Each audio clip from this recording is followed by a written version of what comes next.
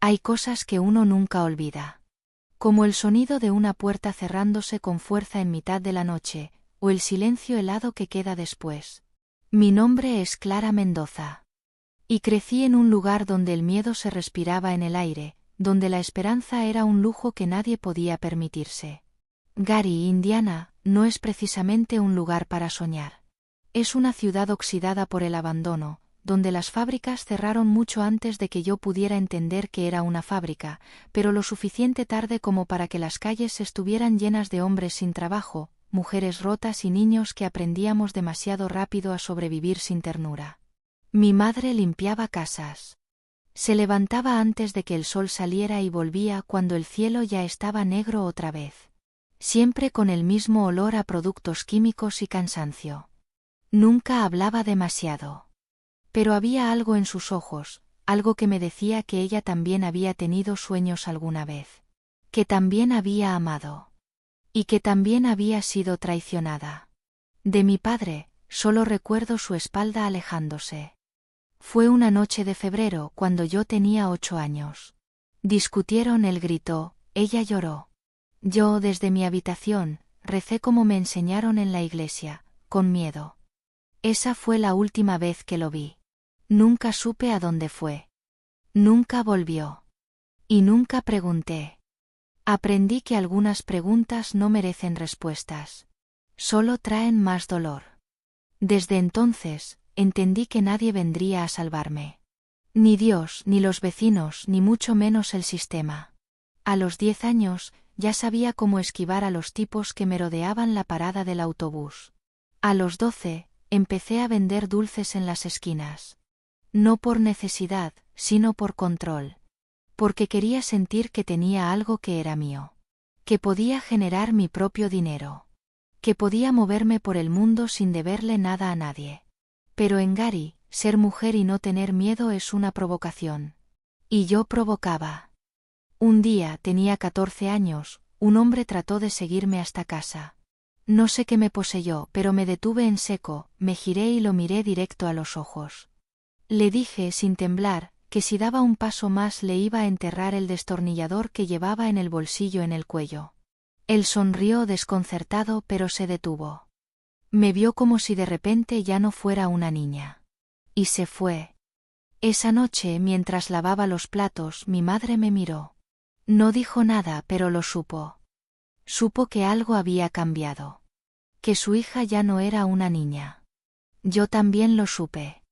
Con el tiempo la calle me enseñó sus reglas, no confiar en nadie, no mostrar debilidad y sobre todo, nunca deber favores.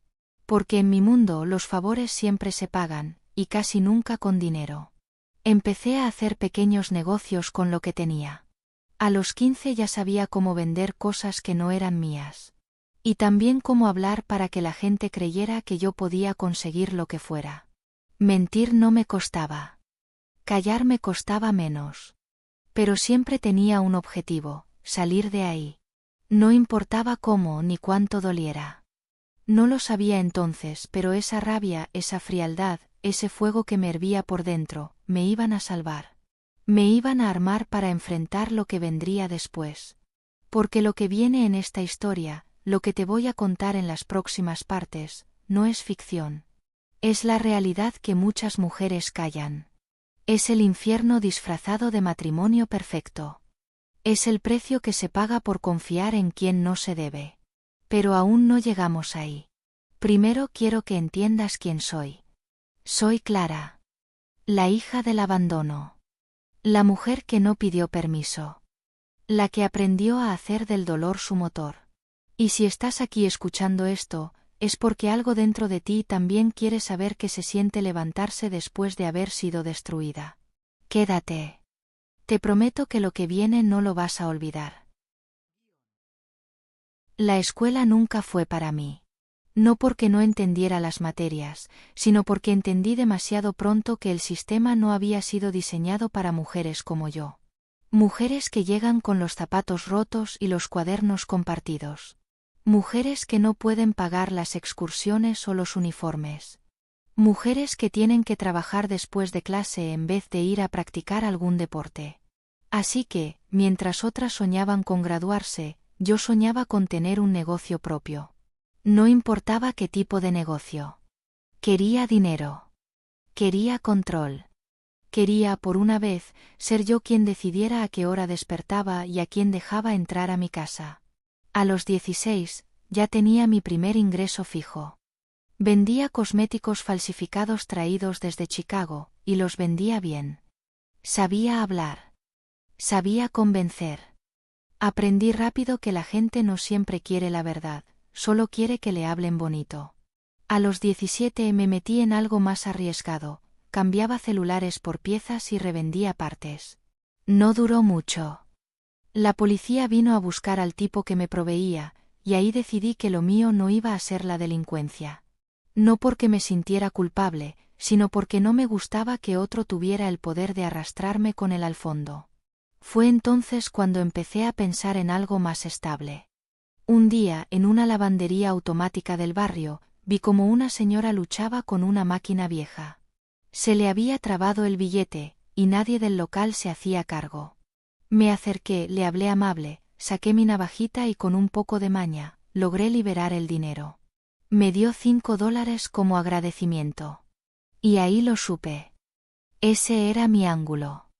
Conseguí prestado un poco de dinero, no preguntes cómo, y compré mi primera máquina expendedora de snacks, una usada, fea pero funcional. La puse en una ferretería del centro. Y para mi sorpresa, comenzó a dar ingresos casi desde el primer día. Después vino otra máquina. Y otra.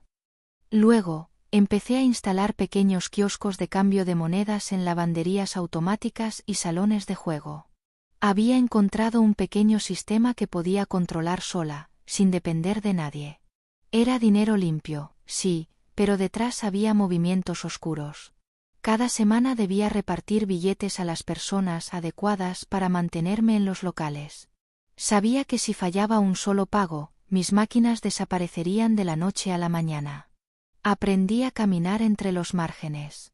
A saludar a los tipos correctos, a pagar los favores sin poner cara de miedo.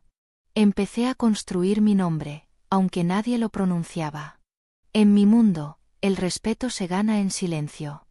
Con el tiempo, fui dejando atrás las calles de Gary y me trasladé a los suburbios del sur de Chicago. Ahí nadie preguntaba de dónde venías, siempre que tu auto fuera decente y tus pagos estuvieran al día. Compré una camioneta usada y alquilé un pequeño depósito donde almacenaba repuestos, productos y monedas. ¿Sabes qué se siente contar bolsas llenas de monedas todas las noches? No te hace rica. Pero te da una sensación de poder extraño. Como si cada centavo fuera una declaración: estoy aquí. Y me estoy levantando. En ese entonces ya tenía 23 años, y aunque vivía sola, nunca me sentí sola. Me gustaba mi independencia. Me gustaba ser la que cerraba la puerta por dentro. Y sobre todo, me gustaba no tener que pedirle permiso a nadie. Pero hay un peligro en estar bien sola. Uno se ablanda. Uno empieza a creer que quizá, solo quizá, podría compartir ese mundo con alguien. Y es entonces cuando el destino, siempre atento a nuestras debilidades, pone frente a nosotras la peor de las pruebas: el amor. Y el mío, cuando llegó, llegó envuelto en traje caro y sonrisa fácil. No voy a mentirte. Me enamoré. Como una tonta. Pero eso, te lo contaré en la próxima parte. La primera vez que lo vi, pensé que era uno de esos hombres que solo aparecen en revistas que nadie compra, pero todos hojean. Camisa blanca impecable, reloj brillante, sonrisa de quien no ha tenido que esforzarse demasiado en la vida. Entró al local donde tenía instalada una de mis máquinas de cambio, con paso seguro, como si todo a su alrededor le perteneciera. Y sin embargo, cuando sus ojos se cruzaron con los míos, no vi arrogancia. Vi curiosidad. Yo estaba revisando la bandeja de monedas cuando él se acercó. ¿Esto es tuyo?, preguntó, señalando la máquina. No me gustaban las preguntas. Pero su tono no era ofensivo. Más bien genuino. Depende. ¿Lo preguntas como cliente, como inspector o como ladrón? Respondí sin levantar mucho la vista. Él rió. Una risa clara, de esas que te desconciertan. Luego extendió la mano. Soy Bruno. Trabajo con el bufete que maneja la contabilidad de este centro comercial. Solo me llamó la atención ver a una mujer a cargo de algo como esto. No es común. No es común. Siempre lo decían. Como si ser mujer y tener control sobre algo fuese un desvío en la Matrix. Pero no dije nada. Solo tomé su mano y se la estreché con firmeza. Clara, respondí. Y no, no es común. Pero debería serlo. Así empezó todo. Lo vi 2 o 3 veces más esa semana. Luego me invitó un café. Después una cena. Y antes de que pudiera ponerle nombre a lo que sentía, ya me estaba preguntando si quizás, solo quizás, podría compartir con alguien mi vida sin perderla. Bruno era distinto a lo que había conocido. Me hablaba de inversiones, de sistemas de crecimiento, de cómo el dinero inteligente se mueve sin hacer ruido. Y yo, que había aprendido todo sola, empecé a escuchar. Me costaba confiar, pero él no me presionaba. Solo estaba. A su ritmo. A su modo. Cuando me habló de mudarnos juntos, no supe qué decir. Yo amaba mi independencia. Mi pequeño estudio con paredes descascaradas, mis bolsas de monedas, mi ruido. Pero también empezaba a cansarme de dormir con un cuchillo bajo la almohada. Acepté. Nos mudamos a una casa modesta en Oak Park, con jardín trasero y un pequeño taller que convertí en mi refugio. Allí instalé mis herramientas, mis registros, y seguí creciendo mi negocio. Bruno, por su parte, trabajaba cada vez más. Venía tarde, pero llegaba. Y cuando llegaba, traía comida caliente y un beso en la frente. Yo, que había crecido desconfiando de todo, empecé a pensar que quizá, solo quizá, esta vez la vida me estaba dando algo bueno. Y entonces, Emilia llegó. Mi hija. Mi única hija. El embarazo no fue planeado. Pero tampoco fue rechazado. Bruno me abrazó cuando le di la noticia. Me dijo que haríamos un gran equipo. Y durante los primeros años lo fuimos. Compartíamos todo. Emilia creció rodeada de cariño, de estructura, de juegos improvisados en el patio y cuentos inventados en la cocina. Teníamos una rutina. Una que dolía de tan perfecta. Pero como todo lo que brilla demasiado, empezó a apagarse. De a poco. Primero fueron los silencios. Después, los viajes laborales inesperados. Las reuniones hasta tarde. Las llamadas que se cortaban apenas entraba yo a la habitación. Al principio, no quise creerlo. Pensé que era el estrés. El trabajo. La rutina. Me aferré a la esperanza. Pero en el fondo ya lo sabía. Una noche, mientras Bruno dormía profundamente, revisé su teléfono. No soy de las que espían. Pero esa noche algo en mi pecho me decía que la verdad ya estaba allí, solo hacía falta verla.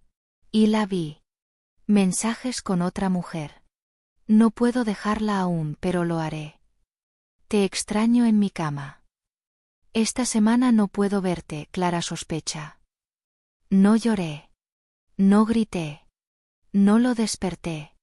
Solo cerré el teléfono, me levanté, y bajé al taller. Me senté entre cajas de monedas y cuadernos de cuentas. Y me quedé ahí. Toda la noche. Recordando quién era. Recordando de dónde venía. Y recordando que ninguna mujer, ninguna, merece que la traicionen en su propia casa. Esa fue la última noche que lo abracé. A la mañana siguiente, Emilia me abrazó fuerte. Me preguntó si estaba bien. Le respondí con la verdad más valiente que he dicho. Todavía no. Pero pronto lo estaré. Porque sí, se acercaba la tormenta. Y esta vez, no iba a quedarme en silencio. Después de esa noche en vela, algo en mí se quebró, pero otra parte se encendió. La parte que dormía desde hacía años. La mujer que se había prometido no depender de nadie, la que sabía moverse entre sombras, la que no olvidaba una traición. Y sin embargo, por un tiempo, no dije nada. Bruno seguía con sus mentiras disfrazadas de agendas laborales. Yo fingía no notar el aroma extraño en su camisa, los mensajes borrados, las excusas recicladas. Porque mientras él se creía más listo, yo me hacía más fuerte. Estaba guardando todo. Observando. Planeando. Porque si algo aprendí en las calles de Gary es que la paciencia es la antesala de la victoria. Mientras tanto, mis negocios crecían. Emilia ya iba a la escuela primaria. Era inteligente, dulce, una mezcla perfecta de ternura y carácter. Me hacía preguntas sobre las máquinas, sobre el dinero, sobre cómo saber si alguien es bueno o malo. Yo le decía que las personas no son una cosa u otra, que todos cargamos sombras. Lo importante es quien elige mirar la suya y no esconderla. En esos días, Bruno me sugirió algo que en su momento me sonó a una trampa envuelta en terciopelo. Deberíamos mudarnos a un lugar mejor, dijo. Por Emilia. Un barrio más a la altura. ¿A la altura de quién? Yo no necesitaba una casa más grande. Ni muebles nuevos. Ni vecinos con dientes blanqueados y autos que hablaban solos. Pero dije que sí. No por él. Por Emilia. Quería que tuviera buenos colegios, espacios verdes, otra realidad. Así fue como nos mudamos a una casa de casi $900.000 en un barrio elegante al norte de la ciudad. La compramos a nombre de ambos, aunque la hipoteca estaba a mi nombre solamente. Una estrategia de Bruno, según él, por temas legales con su firma. Ahí cometí el error. Acepté sin leer la letra pequeña. Sin sospechar que esa casa sería la cárcel más elegante en la que alguna vez viví. Desde el primer día en Wilmette, supe que no encajaba. Las esposas de abogados te medían de arriba abajo antes de sonreír. Los vecinos fingían hospitalidad con un dejo de lástima. Y Bruno. Bruno brillaba. Se pavoneaba con la casa, con los muebles, con el auto nuevo. Él adoraba el escenario. Y yo, sin darme cuenta, me había convertido en un accesorio más de su éxito. Pero lo que más me dolía no era eso. Era ver a Emilia apagarse. En su antigua escuela tenía amigas, confianza, entusiasmo. En la nueva era la chica rara, la que viene del sur, la que no tiene apellido conocido. Me preguntaba cada semana si podíamos volver a nuestra casa anterior. Yo le decía que era temporal. Que pronto todo se acomodaría. Mentira. La casa estaba llena de luces y de frío. Bruno salía más que antes. Empezó a llegar con perfume que no era mío, con ojeras que no eran de trabajo, con sonrisas que no compartía. Pero lo que nunca me voy a olvidar fue la noche que trajo a cenar a 3 de sus colegas. Entre ellos ella. Claudia. Una mujer joven, vestida como quien no tiene que rendirle cuentas a nadie. Hablaba con soltura, se reía demasiado fuerte, y me miraba con una mezcla de compasión y burla. Yo fingí. Serví la comida. Sonreí en los momentos correctos. Pero cuando ella fue al baño, la seguí con la excusa de mostrarle dónde estaba. ¿Te gusta mi casa? Le pregunté mientras caminábamos por el pasillo. Mucho, dijo sin mirarme. ¿Es muy tú? No, respondí en voz baja. Es muy de Bruno. Ella se giró, incómoda. Yo no dije más. Solo le sostuve la mirada. Y en su rostro vi lo que necesitaba ver, culpa. No miedo. No vergüenza. Culpa. Porque ella sabía que yo sabía. Y aún así, no le importaba. Esa noche no dormí. No por dolor. Por rabia. No lloré. No le grité. Solo me senté frente a mi libreta de notas. Y escribí. Enumeré cada cuenta bancaria. Cada pago de la hipoteca. Cada movimiento de mis máquinas. Y luego comencé a separar, lo mío, lo suyo, lo de Emilia. Lo que Bruno había aportado, y lo que simplemente había tomado. Cuando terminé, supe lo que tenía que hacer. No iba a llorar por un hombre que me usó como escalón. Iba a recordarle que yo era la escalera entera. Y que si se subía con arrogancia, también podía caerse con fuerza. Hay una línea que cuando se cruza, ya no se puede volver atrás. Y Bruno la cruzó. Lo hizo con una sonrisa, con sus trajes caros y su perfume prestado. Lo hizo cada vez que me mentía a los ojos, como si yo no supiera leer el lenguaje de los silencios. Como si no recordara cómo huele la mentira cuando entra por la puerta principal y se sienta a cenar en tu mesa. Pero lo que más dolió, lo que me quemó por dentro, fue que me subestimó. Me creyó tonta, sumisa, inofensiva. Y yo dejé que lo pensara. Hasta que la verdad dejó de esconderse sola. Fue una noche de viernes. Bruno dijo que tenía un evento del bufete. Una gala con clientes. Vestido impecable, corbata azul, la que yo le regalé por su cumpleaños, y ese brillo en los ojos que ya no era para mí. Lo vi salir sin despedirse bien, solo un beso al aire como quien lanza una moneda en una fuente. Esa noche algo dentro de mí dijo, seguilo. Y lo hice. No por celos. No por miedo. Por justicia. Porque quería que mi rabia tuviera cuerpo. Que el dolor dejara de ser invisible. Me subí a mi auto. Manejé a distancia. Lo vi detenerse frente a un restaurante en Lincoln Park. Elegante, exclusivo. Lo vi bajarse, ajustarse la chaqueta. Lo vi recibirla. Claudia. Otra vez Claudia. Esta vez sin máscaras. Se abrazaron como quien se reconoce la piel. Entraron tomados de la mano. Yo no entré. No necesitaba escuchar lo que mis ojos ya sabían. Me quedé afuera, sola en la oscuridad, viendo cómo el hombre que se decía mi esposo besaba a otra mujer como si yo no existiera. Pero yo existía. Y esa noche, decidí hacerme notar. Volví a casa antes que él. Preparé té. Me senté en el comedor con una libreta abierta. No para escribir. Para esperar. A la 1:45 la puerta se abrió. Bruno entró, con el cuello de la camisa ligeramente arrugado y olor a vino caro.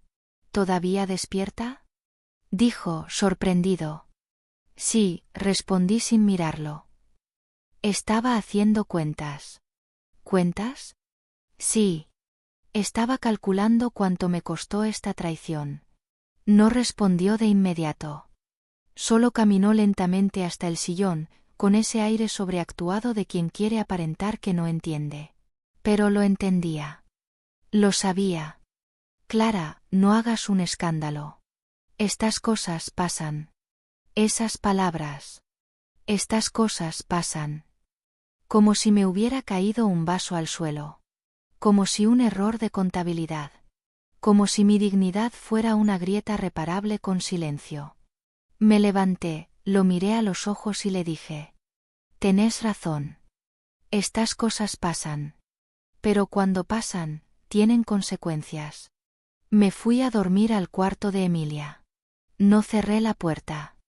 No lloré. Solo la miré dormir. Su respiración tranquila. Su cabello revuelto. Su mundo, todavía intacto. Juré que haría todo para que no creciera creyendo que el amor duele. Que ser mujer es aguantar. Que tener pareja es tolerar el veneno con tal de no estar sola. Esa misma noche tomé una decisión. No iba a pedirle el divorcio. Todavía no. Antes, tenía que equilibrar la balanza. Y si eso significaba tocar fondo, exponer su ego, enfrentar a sus abogados, a su familia, a sus amigos, lo haría. Con pruebas. Con estrategia. Con frialdad. A partir del día siguiente, empecé a construir mi propia red. Una carpeta encriptada con cada transferencia, cada gasto a su nombre que yo había cubierto. Cada viaje laboral, que coincidía con movimientos de tarjetas en hoteles boutique. Y sí, me contacté con una vieja amiga de mis años de barrio, Lourdes. Limpieza profesional. Callada, leal, y con acceso a más oficinas de las que Bruno imaginaba. Le pedí un favor. No uno cualquiera. Uno que implicaba instalar cámaras pequeñas en las salas de reuniones del bufete. Grabaciones discretas. Audio y vídeo. ¿Estás segura? Me preguntó. No solo segura. Decidida. Porque ya no se trataba de salvar un matrimonio. Se trataba de rescatar mi dignidad. Y de dejarle claro a ese hombre que su error no fue traicionarme. Fue creer que yo no tenía el valor para enfrentar el juego con sus propias reglas. Desde ese día, dejé de esperarlo despierta. Dejé de preguntarle a dónde iba. Me convertí en su sombra. Invisible. Silenciosa. Observadora. Pero no por debilidad. Sino porque las sombras siempre están ahí antes de que llegue la tormenta. Dicen que el divorcio es como una guerra sin disparos. Pero eso es mentira. Las heridas existen. El ruido también. Y lo peor es que no sabes cuándo ni desde dónde van a dispararte. A veces, el golpe viene disfrazado de papel oficial. Otras de una mirada vacía. Y las más dolorosas, vienen de quien una vez te juró amor eterno. Presenté la demanda un lunes por la mañana. Fui yo quien dio el primer paso. No porque quisiera terminar todo, sino porque sabía que si no me adelantaba, Bruno lo haría, y a su manera. Y él no jugaba limpio. Al principio, pareció tranquilo. Incluso insinuó que podríamos resolverlo con madurez. Pero los hombres como él no soportan perder el control. Cuando leyó las condiciones que proponía, división equitativa de bienes, manutención compartida de Emilia, y el fin de sus derechos sobre la casa, cambió el tono.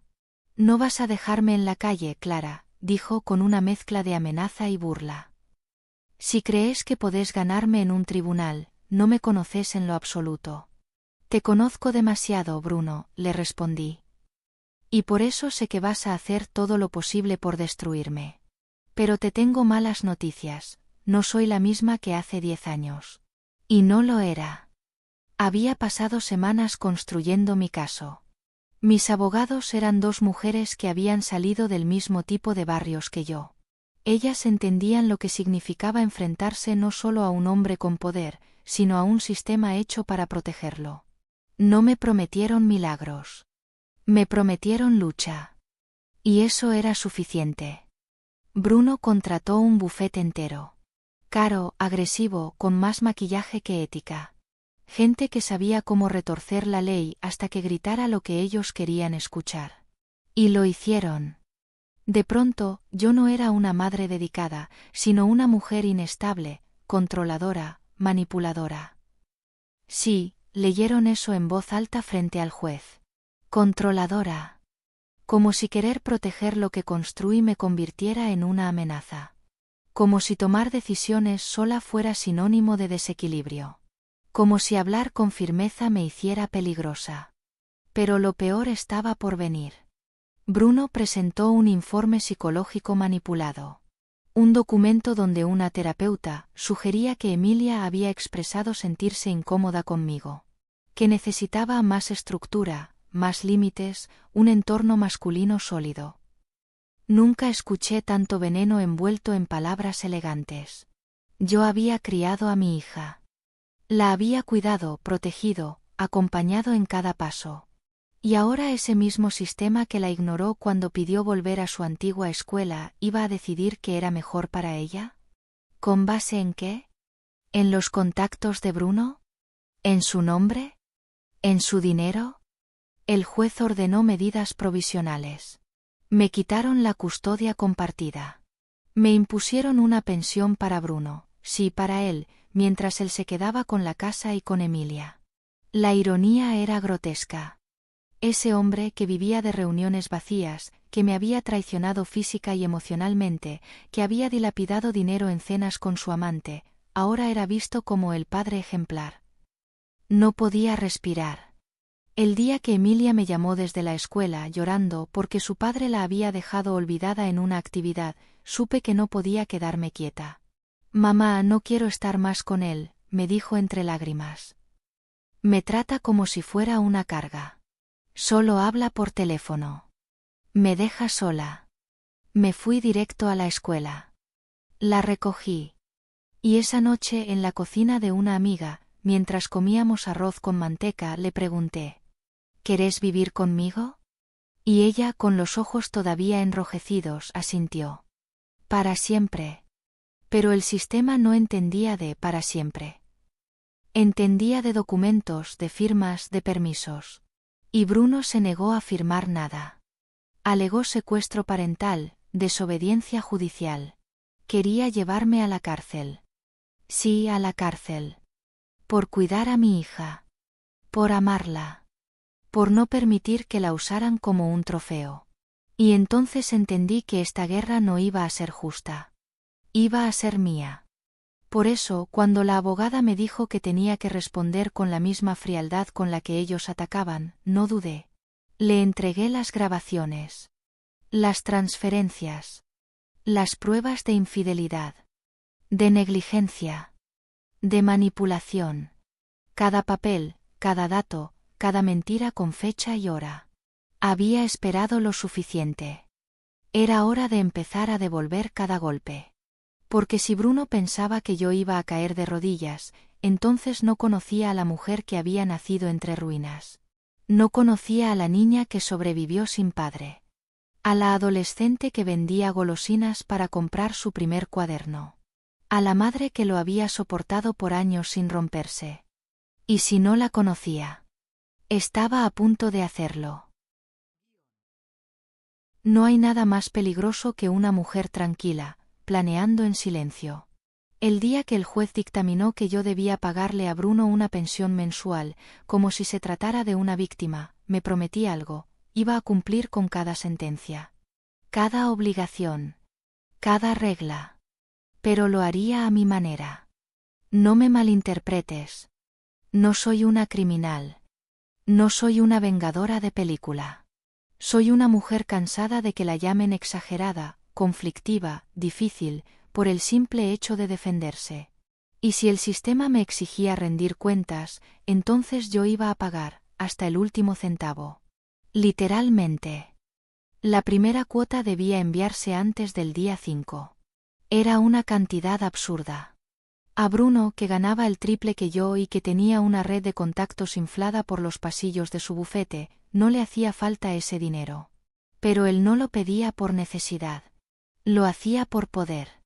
Porque podía. Así que una mañana, llamé a una empresa de transporte de valores.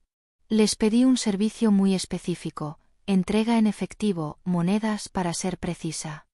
Me dijeron que sería costoso. No importa, dije. Será el dinero mejor invertido de mi vida. Preparé el paquete, 10.000 monedas de 25 centavos. Pesaban como un cuerpo. Y lo eran. El cuerpo de mi indignación, de mi furia contenida, de todas las veces que me dijeron no hagas lío. Llegó el día. Yo estaba estacionada frente a la casa de Bruno, en una camioneta modesta. El camión blindado se detuvo. 2 hombres con chalecos comenzaron a descargar las bolsas. Bruno abrió la puerta con su habitual expresión de superioridad, acompañado de Claudia, su amante. Llevaban batas de seda. Tan encantadores como despreciables. ¿Qué es esto?, preguntó Bruno, mirando a los hombres. Entrega judicial. Monto exacto. Firma acá, le dijo uno de los transportistas, extendiéndole una planilla. Claudia soltó una carcajada nerviosa al ver cómo las bolsas empezaban a cubrir el piso de mármol del vestíbulo. «Estás loca», dijo Bruno, al verme del otro lado de la calle filmando con mi celular. «Solo estoy obedeciendo la ley», grité. «Disfruten su fortuna. En pequeñas dosis». No me quedé para ver su reacción completa. No necesitaba verla. Me bastaba con saber que cada moneda pesaba tanto como sus mentiras. A los 2 días, recibí una nueva citación judicial. Bruno me acusaba de desacato, de obstrucción, de burlarme del tribunal. Sí, otra vez, el sistema se movía a su favor. Como si el método del pago importara más que el hecho de que lo hubiera hecho. Mi abogada me preguntó si quería disculparme ante el juez. Le dije que no. Que no iba a pedir perdón por cumplir una sentencia con creatividad. Que si el juez no podía soportar que una mujer contestara, ese era su problema. No el mío. Clara, te arriesgas a una sanción, me dijo. Ya me sancionaron la dignidad. Que intenten ahora con mi silencio, respondí. Y me presenté. Con la cabeza en alto. Con el alma firme. Ese día, el juzgado estaba lleno. Bruno había llevado hasta a sus socios. Quería espectáculo. Quería verme derrumbarme en público. Pero no entendía que yo ya había tocado fondo, y que lo único que me quedaba era escalar. Cuando el juez me pidió explicaciones, le hablé con claridad. He cumplido, su señoría. Puntualmente. Por el monto exacto. Lo que no puedo controlar es la forma en que ese dinero molesta más que su ausencia. El juez, visiblemente molesto, dictó una advertencia formal. Me impuso la obligación de pagar con cheque. Me dio una semana para adaptarme. Me dijo que debía mostrar respeto al tribunal. Y ahí, por primera vez, rompí mi compostura. ¿Respeto? ¿Usted me habla de respeto mientras le da la custodia a un hombre ausente y la casa a un infiel con influencias? ¿Respeto? Respeto merezco yo, señoría. No he hecho más que obedecer. No me callé, no me fui. Pero eso no significa que deba bajar la cabeza. Silencio. Un silencio espeso. Pesado. El juez golpeó la mesa. Me declaró en desacato. Ordenó que me retiraran del juzgado. Pasé la noche detenida en una celda municipal. Fría, sucia, solitaria. Pero no sentí vergüenza. Sentí claridad. Porque en ese encierro descubrí algo. Bruno había ganado una batalla. Pero no conocía mi fondo. No conocía mi capacidad para resistir. Ni mi forma de actuar cuando el mundo se volvía en mi contra. Y ahí, en esa celda, juré que no iba a pelear solo por mí. Iba a pelear por Emilia. Porque no solo me habían quitado una casa. Me estaban quitando a mi hija. Su voz, su elección, su deseo de vivir conmigo, todo había sido ignorado. Y eso era imperdonable. Fue entonces cuando mi estrategia cambió. No iba a seguir jugando el juego de Bruno. Iba a crear el mío. Y el primer paso era encontrar las piezas que me ayudarían a mover el tablero. Dicen que cuando una mujer se convierte en madre, nace una guerrera. Pero nadie te dice que esa guerrera también llora a escondidas, duda de sus decisiones y duerme con miedo. Lo que la diferencia es que, a pesar de todo, sigue adelante. Y eso era yo. Una madre herida. Una guerrera sin armadura, pero con la mirada fija en su objetivo, recuperar a mi hija y mi dignidad. Salí de la celda 18 horas después. No me dejaron hacer llamadas.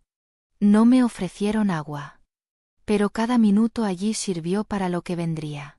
Pensé en Emilia. En sus llamadas apagadas. En su silencio.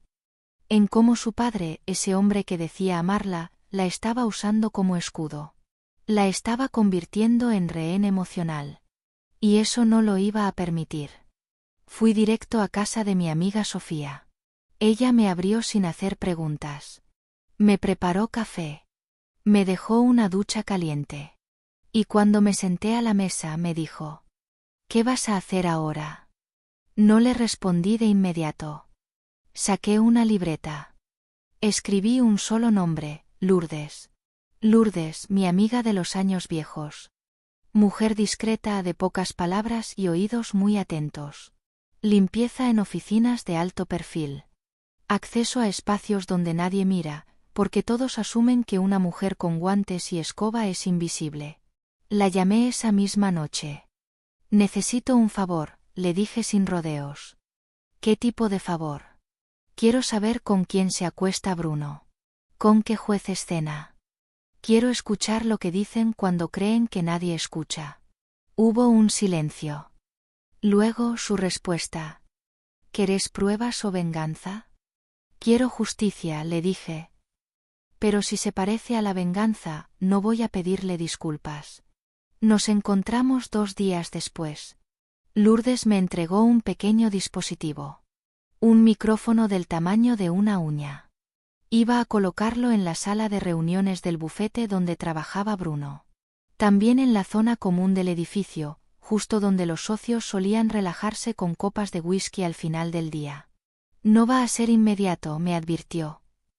Pero te prometo que vas a escuchar más de lo que esperas. Le agradecí con un abrazo que duró más de lo que esperaba. Me sentía sucia por haber confiado tanto en Bruno. Pero tener a Lourdes me recordó que aún había gente que no pedía explicaciones, solo te ayudaba a reconstruirte. Durante semanas no pasó nada. Seguía cumpliendo con las sentencias. Pagaba con cheque. No hacía ruido. Bruno pensó que me había rendido. Que la cárcel me había quebrado. Pero no sabía que yo funcionaba mejor en el silencio. Como una tormenta que nadie espera, hasta que rompe todo. Una tarde, Emilia me llamó desde un teléfono público. Estaba llorando. Me dijo que su padre la había dejado esperando otra vez. Que había pasado 2 días con Claudia, y que en casa casi ni le hablaba. No quiero estar más con él, mamá. Por favor.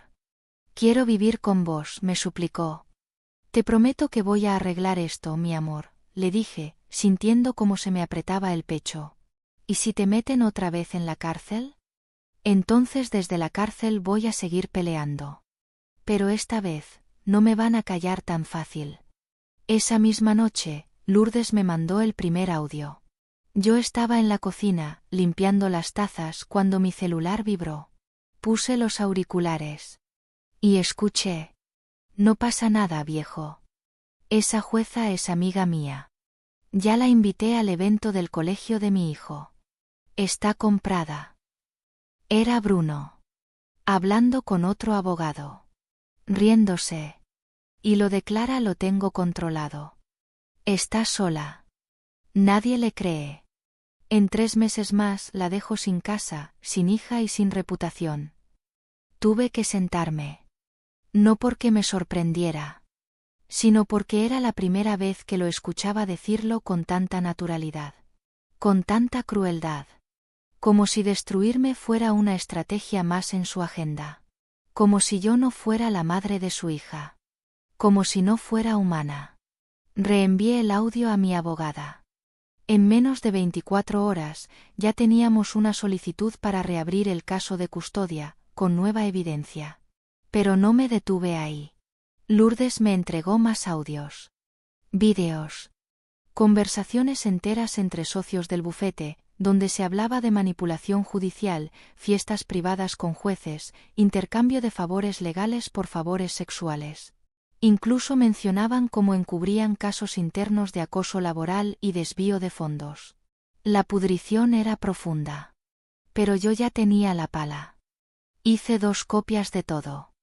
Una para mi abogada. Otra para alguien muy especial, Kenia, una periodista con la que había compartido pupitre en secundaria. Ella no sabía que me estaba ayudando. Todavía. Pero pronto el país entero iba a saber quién era Bruno, y quién era Clara Mendoza. Mi abogada me pidió cautela. Me dijo que los medios podían jugar en mi contra si me adelantaba. Pero yo no quería venganza mediática. Quería un proceso legal, que hiciera ruido. Y así fue como todo empezó a desmoronarse. Primero, uno de los socios de Bruno renunció misteriosamente. Luego, un juez fue apartado de su cargo por motivos personales. Después el caso de custodia fue reabierto, esta vez en manos de una jueza distinta. Una mujer. Una madre. Y aparentemente, alguien con menos precio que los anteriores. Bruno, por primera vez, empezó a mostrarse nervioso. Su sonrisa forzada en los pasillos del juzgado, los murmullos en el bufete, la distancia con Claudia. Todo era señal de lo mismo, se le estaban cayendo las máscaras. Y yo por fin respiraba. No porque hubiera ganado aún, sino porque estaba jugando con mis propias reglas. Ya no era una mujer herida. Era una madre decidida. Y cuando una madre decide, el mundo tiembla. Nunca pensé que terminaría tras las rejas por obedecer una orden judicial. Pero ahí estaba, una vez más, un uniforme beige, un colchón de espuma vencido, y el eco de las puertas metálicas cerrándose a mis espaldas. No por robar, no por hacerle daño a nadie, sino por desafiar a un sistema construido para castigar a las mujeres que alzan la voz y no se arrodillan. Bruno había logrado lo que quería, humillarme. Quería que yo aprendiera mi lugar. Pero lo que no sabía era que yo ya había estado en peores lugares. Había dormido en camas más frías. Había vivido con hambre. Y el encierro no me asustaba. Me hacía peligrosa. La primera noche no dormí. Recorrí con la mente cada movimiento de Bruno, cada frase en los audios, cada expresión de Emilia la última vez que la vi llorar. Y lo entendí todo, esta no era solo una pelea por la custodia. Era una guerra por el poder de decidir quién soy. Y yo decidí algo desde esa cama de concreto, no iba a salir igual. Saldría más fuerte, más clara, más preparada. Porque si Bruno creía que ponerme tras una reja me quitaba poder, era porque nunca había visto cómo florecen las mujeres entre cenizas. La segunda noche conocí a la negra. Una interna de voz grave, mirada serena y reputación de no dejarse tocar ni con guantes. Me observó durante horas antes de acercarse. ¿Vos sos la que pagó en monedas? Me preguntó con media sonrisa. Asentí. No estaba de ánimo para explicar. Me caes bien, dijo y se sentó a mi lado. No te preocupes. Acá nadie te va a molestar. Pero contame, ¿qué querés hacer con ese tipo? La miré. Dudé. Luego bajé la voz. No quiero hacerlo caer. Quiero que se caiga solo.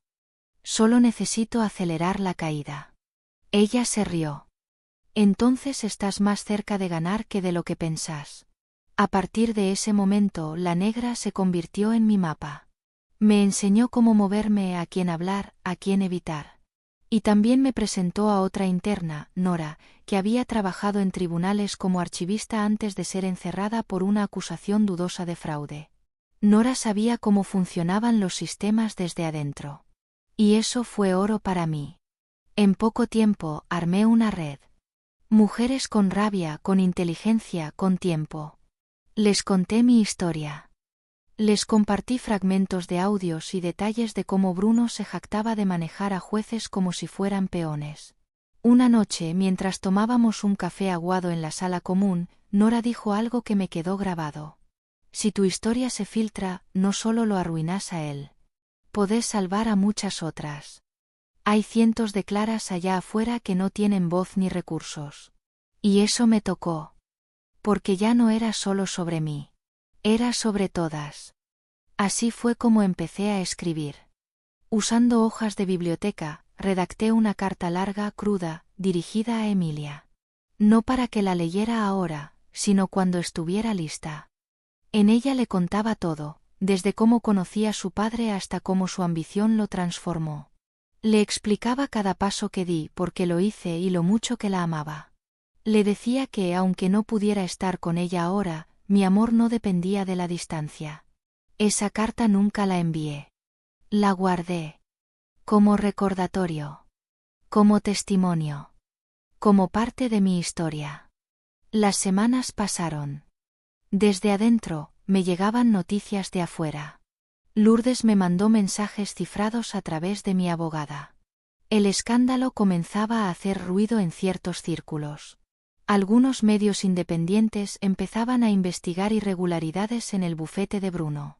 Una fiscal recién nombrada pidió acceso a documentos antiguos. Y una jueza se recusó voluntariamente de un caso que, curiosamente, tenía vínculos con uno de los socios del despacho de Bruno. Él ya lo sentía. Mi abogada me dijo que, durante la última audiencia de revisión de la custodia, Bruno llegó nervioso. Sudaba. Su voz temblaba. Ya no era el hombre seguro de sí mismo. Ahora se veía, acorralado. Y yo, desde mi celda, no necesitaba hacer nada. Porque el monstruo que él había alimentado todos esos años, se lo estaba comiendo desde adentro. Un día, una guardia me dijo que tenía visita. Pensé que sería mi abogada. Pero era Emilia. Cuando la vi cruzar esa sala con paso decidido, supe que algo había cambiado. Ya no era la niña asustada. Ahora era una adolescente firme, con los ojos llenos de una mezcla de amor y dolor. Se sentó frente a mí, me tomó las manos a través del vidrio. Te extraño, mamá, dijo y sus labios temblaron. Yo también, amor. Pero ya falta menos. Lo sé, dijo y sacó algo de su mochila. Un papel doblado. ¿Qué es? Una lista, me respondió. Nombres. Fechas. Cosas que escuché cuando papá hablaba por teléfono. Lo escondí durante semanas. Pero quiero que lo tengas. Me pasaron el papel. Lo leí. Y no podía creerlo. Emilia, mi hija, había hecho lo que muchas adultas no se atreven: reunir pruebas, espiar sin ser vista, anotar todo. Sos increíble, Emilia, le dije con lágrimas en los ojos. Sos mi madre, respondió. De vos aprendí a no tener miedo. Nos miramos. Silencio. Complicidad. Furia compartida. Amor blindado. Esa noche dormí mejor. No porque las cosas estuvieran resueltas, sino porque ya no estaba sola. Porque ahora éramos dos Mendoza dispuestas a pelear. Y créeme, cuando una madre y una hija se alinean, no hay sistema ni bufete que pueda contenerlas. Toda mi vida me habían enseñado que para que una mujer fuera respetada tenía que portarse bien. Hablar suave. No levantar la voz. Obedecer. Aguantar. Ser comprensiva. Pero en ese lugar, entre barrotes y miradas apagadas, comprendí que portarse bien nunca había salvado a ninguna mujer. Por eso dejé de portarme bien. Y comencé a portarme justa. Una semana después de la visita de Emilia, llegó Lourdes. Logró entrar como parte de un programa de ayuda voluntaria en actividades culturales del penal. Nadie sospechaba que debajo de su sonrisa calmada escondía información que podía tumbar carreras enteras. Nos sentamos en la sala de costura. Rodeadas de otras mujeres cortando tela barata, hablamos bajo. El escándalo ya se mueve, me susurró. Tu abogada me dio luz verde. La periodista también. En menos de 10 días los archivos van a salir. ¿Los vídeos? Todos. Con audio, subtítulos y nombres. ¿Y las copias? Ya están en 3 países distintos. Si alguien intenta borrarlo, solo se multiplicará. Asentí, en silencio. Era como ver una avalancha formándose con lentitud, sabiendo que nadie la detendría. Por fuera me mantenía firme. Pero por dentro, la ansiedad hervía. Quería estar afuera. Quería ver el rostro de Bruno cuando todo explotara. Quería estar con Emilia. Abrazarla. Decirle que ya estaba terminando. Que su mamá no solo sobrevivió, sino que venció. Pero tenía que esperar. Y esa espera terminó 5 días después. Todo comenzó con una llamada urgente de mi abogada. Clara, me dijo sin respirar, lo logramos. Acaban de filtrar los primeros archivos a la prensa. Y no hay forma de frenarlo. El nombre de Bruno está vinculado directamente a la manipulación de jueces, encubrimiento de acoso, lavado de dinero, incluso hay grabaciones de fiestas con contenido sexual comprometedor con jueces en ejercicio. No supe qué decir. ¿Estás bien? Me preguntó. Estoy viva, respondí. Por primera vez en años me siento viva. Esa noche no dormí. Nadie en el penal lo hizo. Porque la noticia se esparció como fuego entre papel viejo. Las guardias lo sabían. Las internas lo sabían. Algunas vinieron a abrazarme. Otras a contarme sus propias historias de injusticia, abuso, abandono. Una me miró con lágrimas y me dijo: gracias por hacer lo que muchas no pudimos. Yo solo apreté su mano. No era heroína. Solo era una mujer que ya no tenía nada que perder. 2 días después me citaron a comparecer ante una nueva jueza, esta vez en una audiencia a puerta cerrada. Entré con las esposas puestas, pero la cabeza erguida. Bruno estaba ahí. Demacrado. Hundido en su silla. El hombre que antes llegaba como si el juzgado le perteneciera, ahora apenas podía sostener la mirada. Mi abogada comenzó a presentar las pruebas. Grabación tras grabación. Documento tras documento. Cada palabra, cada imagen, cada audio era un ladrillo cayendo sobre el castillo de arrogancia que había construido. Y luego, llegó el momento que esperé durante meses. La jueza me dirigió la palabra. Señora Mendoza, usted ha sido víctima de manipulación judicial, acoso legal y abuso institucional. El tribunal reconoce que sus pagos, aunque inusuales, fueron realizados conforme a la ley. Y los actos posteriores de detención fueron en efecto desproporcionados. En consecuencia, su libertad será restituida de inmediato. Se hizo un silencio de segundos que pareció eterno. Luego, la jueza miró a Bruno. En cuanto al señor Herrera, dijo con dureza, su caso será derivado al Ministerio Público para investigación penal. Además, queda inhabilitado de cualquier participación en procesos legales mientras duren las indagaciones. Yo no sonreí. No lloré. No grité. Solo cerré los ojos, y respiré. Había salido. Pero lo más importante, había salido con la frente en alto. Horas después, ya en la calle, sentí el aire fresco de verdad. No el que se cuela por las rejas. El real. El que te golpea el pecho y te recuerda que estás en el mundo. Emilia me esperaba en la puerta del penal. Cuando me vio, corrió. Nos abrazamos tan fuerte que sentí que mi cuerpo volvía a construirse con cada latido. Te lo dije, mamá, susurró. Te lo dije, vos podías. No lo hice sola, le respondí. No. Pero sin vos, nadie lo habría intentado. Y así, con su mano en la mía, me subí a un auto y dejamos atrás ese lugar. No solo el penal. Dejamos atrás el miedo. La vergüenza. La derrota. Bruno intentó llamarme esa misma noche. No contesté. ¿Qué se le dice a un hombre que intentó destruirte y no lo logró? Nada. Porque su peor castigo era saber que yo seguía de pie. Libre. Fuerte. Y más peligrosa que nunca. Hay una expresión que dice, cuando el viento cambia, hasta los lobos se esconden. Y eso fue exactamente lo que pasó con Bruno. El hombre que alguna vez caminaba por los tribunales como si el mundo le perteneciera, ahora cruzaba las calles con gafas oscuras y la espalda encorvada. Su rostro, antes portada de revistas jurídicas y foros de liderazgo, se había convertido en el símbolo de todo lo que el sistema pretendía esconder: corrupción, abuso, manipulación y arrogancia con poder. Los vídeos habían salido a la luz como una bomba sin aviso. La periodista a la que le habíamos entregado los archivos, Kenia, había hecho un trabajo quirúrgico. Publicó fragmentos seleccionados, asegurándose de exponer a Bruno sin violar ninguna ley de privacidad.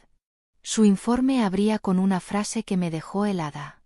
Lo más peligroso de los hombres poderosos no es lo que hacen en la oscuridad, sino lo que están convencidos de que pueden hacer sin consecuencias. Bruno era la imagen de eso. La noticia corrió como pólvora. Canales locales, portales digitales, redes sociales. Hashtags. Memes. Opiniones. Algunas lo defendían. Decían que era una campaña orquestada por una exesposa despechada.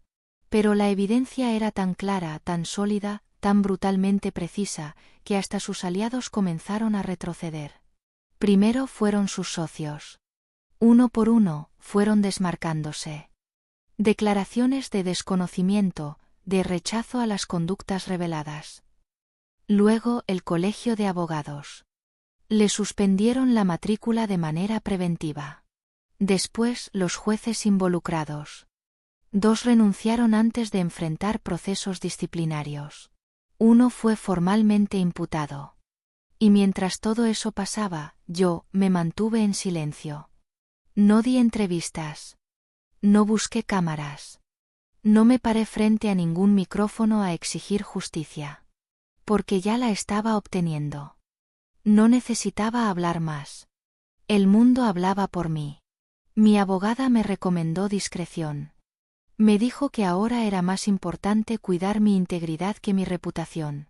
Que los medios son como las olas, un día te levantan y al otro te ahogan. Así que me refugié en lo que más amaba, Emilia. Volvimos a la vieja casa del sur, esa que tanto había significado para nosotras.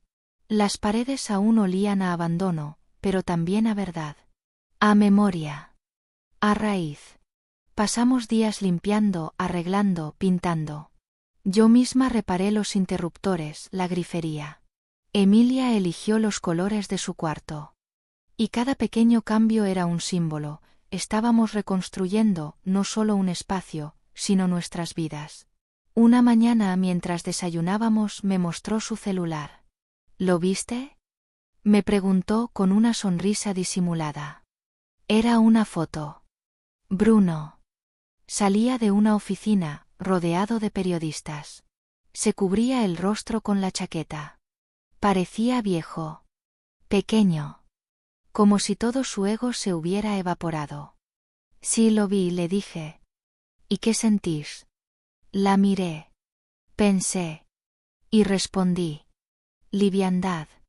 Como si me hubieran sacado un abrigo mojado que llevé puesto demasiado tiempo. Emilia me abrazó por la espalda. Apoyó la cabeza en mi hombro. Estoy orgullosa de vos, mamá. De lo que hiciste. De cómo no te rendiste. Vos fuiste mi fuerza, le dije. Vos me diste el impulso que necesitaba. Ese día recibimos la notificación oficial del juzgado. El tribunal revocaba de forma definitiva todas las medidas anteriores. Se me otorgaba la custodia total de Emilia. La casa que compartimos pasaba a mi nombre, al haberse comprobado irregularidades en la hipoteca. La pensión impuesta a favor de Bruno quedaba anulada. Y lo mejor de todo, él tenía prohibido acercarse a menos de 500 metros de nosotras. Era libertad. Real. Legal. Emocional. Pero no fue solo mía.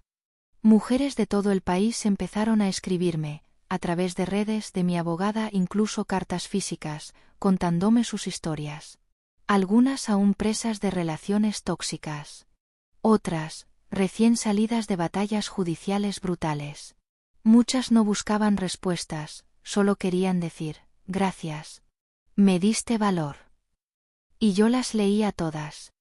Porque cada una era un recordatorio de que lo que había hecho no fue solo por mí. Fue por todas. Y entonces lo supe. Mi lucha no había terminado. Solo había cambiado de forma. Porque los imperios no caen por una sola mujer. Pero una sola mujer puede encender el fuego que los derrumba. Si alguna vez tuve dudas sobre si estaba haciendo lo correcto, se disiparon el día que vi a Emilia hablar frente al juez con la voz firme de una mujer que ya no está dispuesta a que decidan por ella. Yo estaba sentada en la segunda fila de la sala. No tenía permitido intervenir. Era una audiencia solicitada por mi propia hija, de apenas 17 años. Había sido idea de su terapeuta, quien la acompañó en todo el proceso. Una estrategia poco común pero legal. Quería ser escuchada. Formalmente. Legalmente. Y Emilia no titubeó ni un segundo. Su señoría, dijo con las manos juntas sin leer ningún papel, me han cambiado de casa, de colegio, de amigos y de rutina sin preguntarme.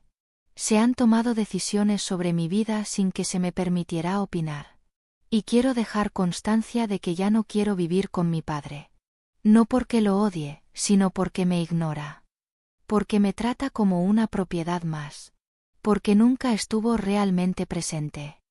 Y porque con mi madre me siento vista. Me siento libre. La jueza la observaba atentamente. Anotaba algo de vez en cuando. Pero no interrumpía. Emilia siguió. Sé que soy menor de edad. Pero también sé que tengo derechos.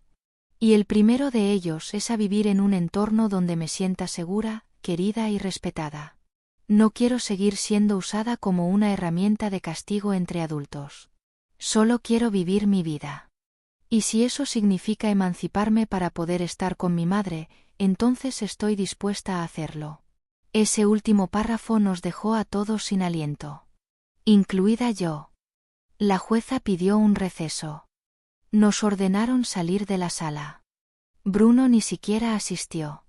Estaba en tratamiento, según su abogado. El mismo abogado que 2 semanas antes aparecía en los vídeos filtrados riéndose de los procesos judiciales manipulados. Afuera, abracé a Emilia. ¿Estás segura de esto? Le pregunté con el corazón temblando. Más que de nada en mi vida, respondió sin dudar. Mamá, no puedo ser libre si vos seguís siendo la única que pelea. Ahora quiero que peleemos juntas. Pero como iguales. Esas palabras me atravesaron. Porque eran ciertas. Ya no era una niña. Era una joven con una historia vivida, con cicatrices propias, con un carácter forjado en medio de la tormenta. La jueza volvió a llamarnos 1 hora más tarde. Su decisión fue clara. A la luz de los hechos, las pruebas y la declaración directa de la menor, se concede el permiso especial para su emancipación legal parcial, con autorización para que resida donde desee, bajo supervisión voluntaria. El tribunal reconoce la madurez excepcional de la menor, así como la incapacidad demostrada del padre para ejercer su rol de manera efectiva. No lo podía creer. Emilia lo había conseguido. Legalmente, era libre. Y eligió quedarse conmigo. Volvimos a casa en silencio. No por tristeza. Por la solemnidad del momento. Las decisiones importantes no se celebran con gritos, se viven con conciencia. Esa noche cocinamos juntas. Pastas caseras. Como solíamos hacer antes de que el mundo se nos viniera encima. Pusimos música.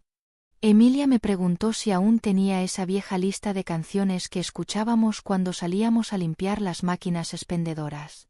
La busqué en mi viejo celular. Y ahí estaban, Nina Simone, Mercedes Sosa, Tracy Chapman. Mujeres que cantaban desde el alma. Mientras la salsa burbujeaba en la olla, Emilia me miró y dijo: ¿Y ahora qué? Sonreí. Ahora, respiramos. ¿Solo eso? Por ahora sí. Después planeamos. Esa noche dormimos abrazadas en el mismo colchón que una vez compartimos cuando no teníamos ni casa fija. Y al despertar, supe que todo había cambiado. No solo tenía de vuelta a mi hija. Ahora la tenía como aliada.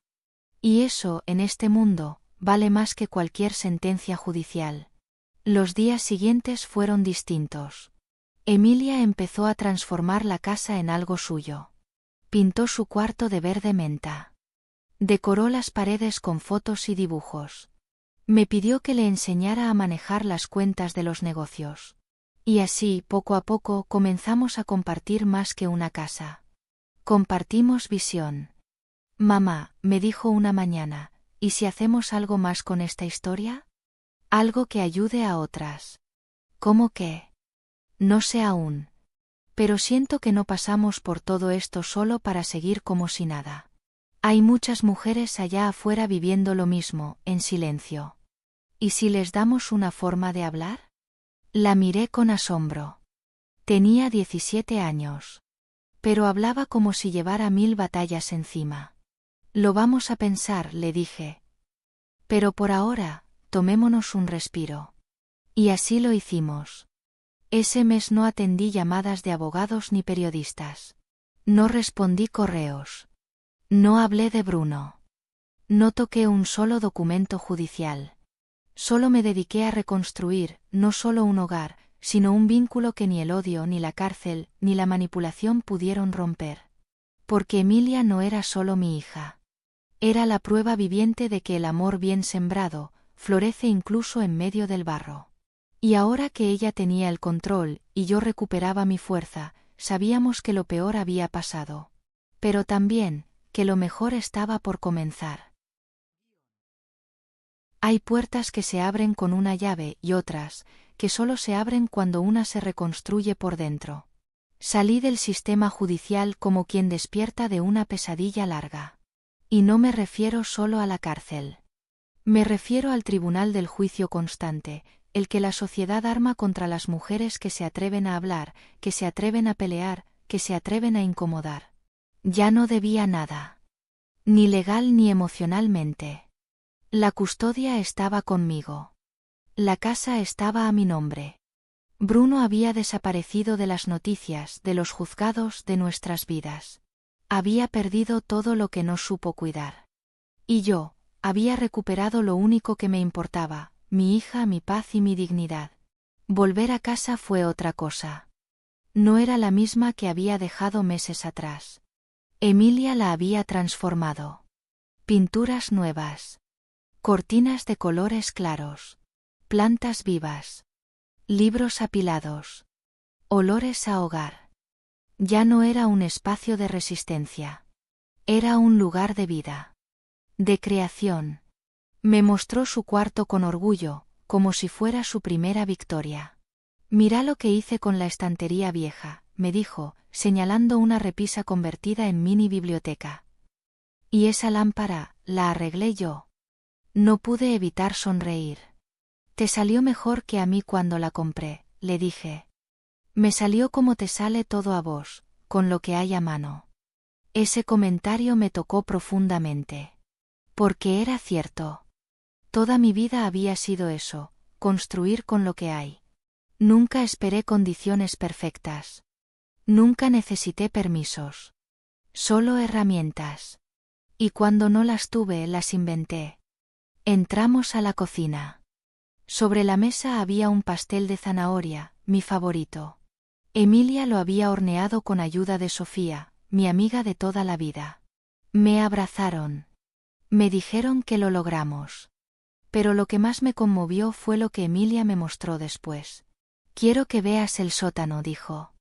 La última vez que bajé al sótano fue antes de que me encarcelaran. Era un espacio frío, lleno de cajas, restos de electrodomésticos y recuerdos que pesaban más de lo que valían. Pero lo que encontré ahora era otra cosa. Luz suave. Estantes con materiales ordenados.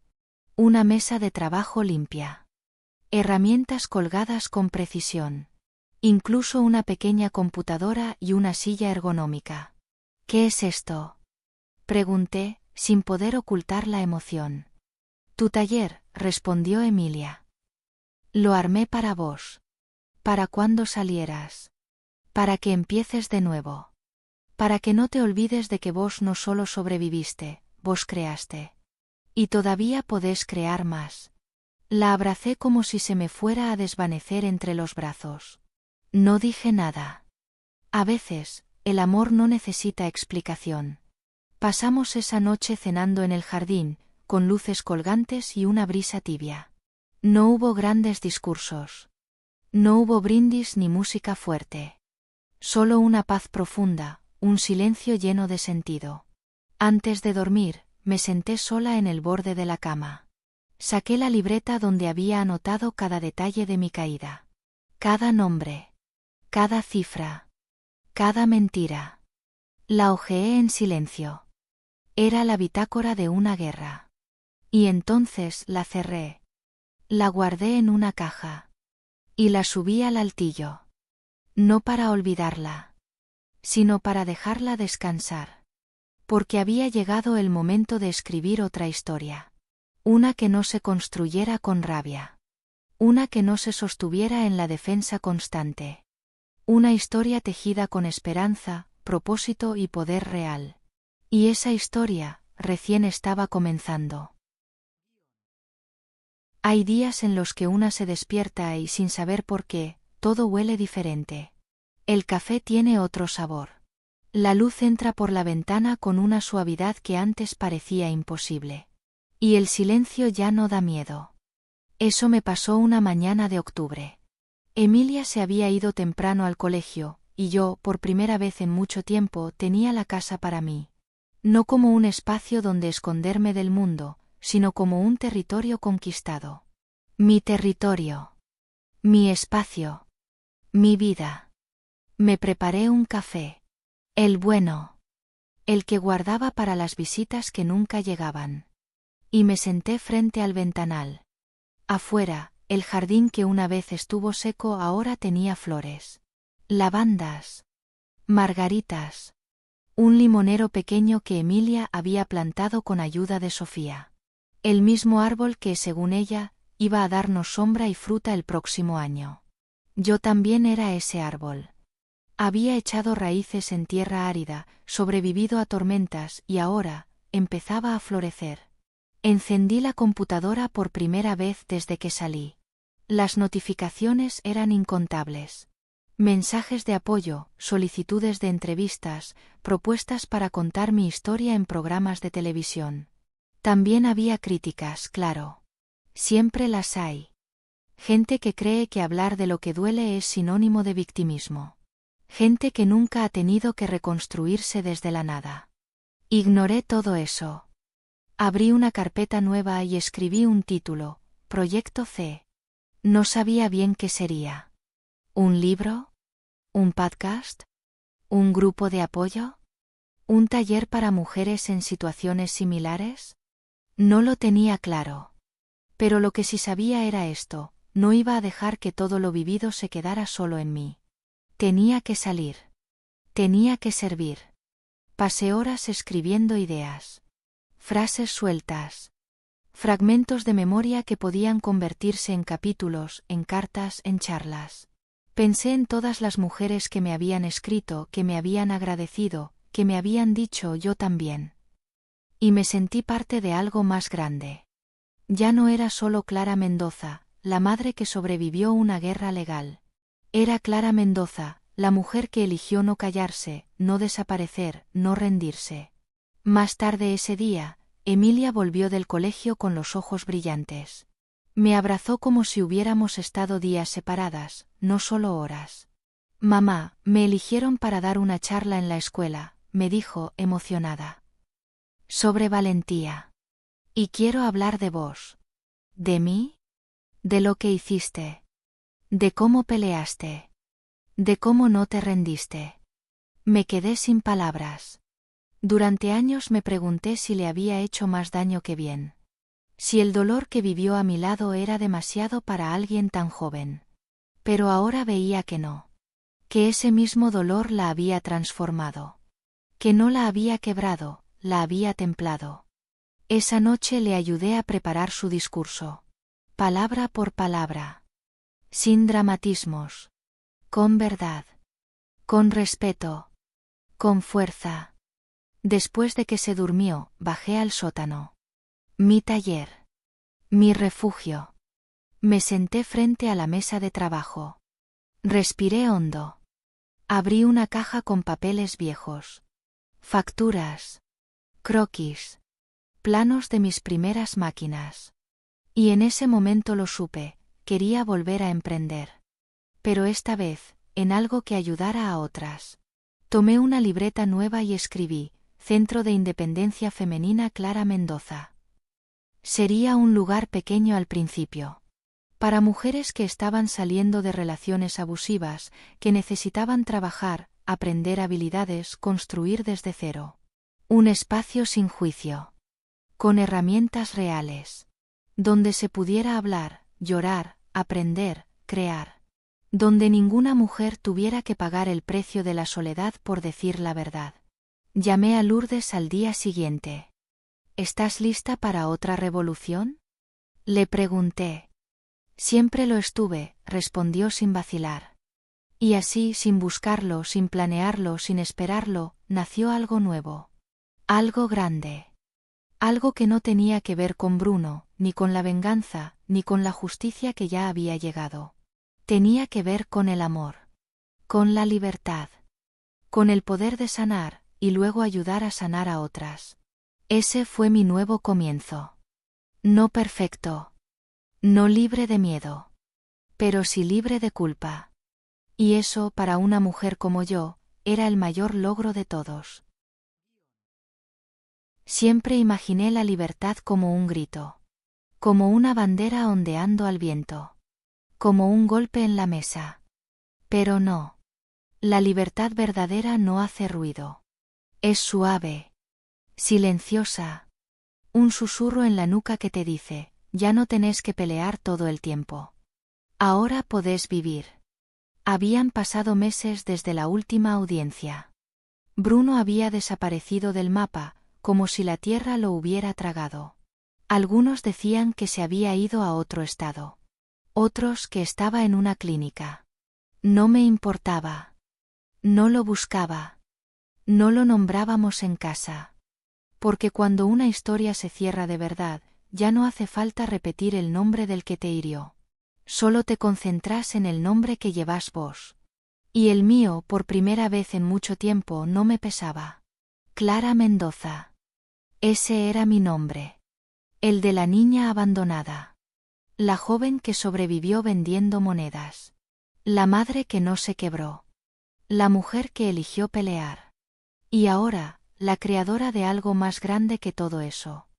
Mi proyecto, el Centro de Independencia Femenina, tomó forma más rápido de lo que esperaba.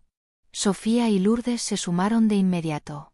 Emilia, por supuesto, fue la primera en levantar la mano para ayudar con el diseño, con la parte digital, con las campañas. Cada mujer que se sumaba al proyecto traía consigo una historia. Algunas más duras que la mía. Otras más silenciosas. Pero todas con el mismo denominador: alguien en algún momento les había hecho creer que no valían. Que no podían.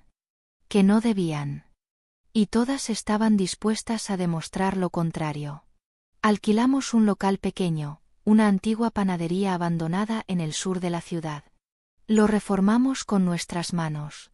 Pintamos, limpiamos, arreglamos muebles donados.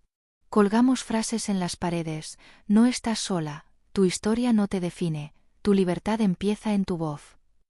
La noche de la inauguración, el salón estaba lleno. Mujeres, jóvenes, madres con hijos, abogadas, terapeutas, incluso vecinas que al principio nos habían mirado con desconfianza y ahora traían empanadas y termos de café. Tomé el micrófono sin miedo. Ya no temblaban mis manos. Ya no sentía que debía justificar nada. No estoy acá porque me salvé, dije. Estoy acá porque me reconstruí. Porque elegí no quedarme en lo que me hicieron, sino en lo que decidí hacer con eso. Este centro no es mío. Es de todas. Y no es un lugar para revivir el dolor, sino para transformarlo. Aplausos. Lágrimas. Abrazos. Esa noche, después de cerrar la puerta del centro, Emilia y yo caminamos hasta casa tomadas del brazo. Ella tenía ahora 18 años. Brillaba con luz propia. Con ese tipo de luz que no viene de los focos, sino de la conciencia. ¿Y ahora qué sigue, mamá? Me preguntó. Seguir, le dije. ¿Sin enemigos? Con propósito, respondí. ¿Qué es más fuerte? Entramos a casa. Me preparé un té. Me senté en el mismo sillón desde donde un día vi a Bruno salir por última vez. Pero ahora no quedaba rastro de él. Ni en los muebles, ni en las paredes, ni en mi cuerpo. Lo único que quedaba era mi historia. Y esa ya no me dolía. Me sostenía. Esa noche escribí en mi diario algo que quiero compartirte hoy. Fui víctima. Fui acusada. Fui señalada. Pero también fui voz. Fui ejemplo. Fui fuerza. Fui amor. Y al final del día, eso es lo que me define. No lo que me hicieron, sino lo que elegí hacer con lo que me hicieron. Hoy vivo sin miedo. Duermo sin sobresaltos. Miro al espejo sin preguntarme si valgo. Ya no espero que me reconozcan. Ya no necesito venganza. Porque la mejor justicia no fue ver a Bruno caer, sino vernos a Emilia y a mí de pie. Libres. Riendo. Construyendo un futuro con nuestras manos. Y si estás escuchando esto, si alguna parte de mi historia te tocó, si alguna vez pensaste que no podrías con lo que te pasó, recuerda esto. Una mujer que decide levantarse, no vuelve a arrodillarse nunca más. Y vos también podés. Porque si yo pude, vos también.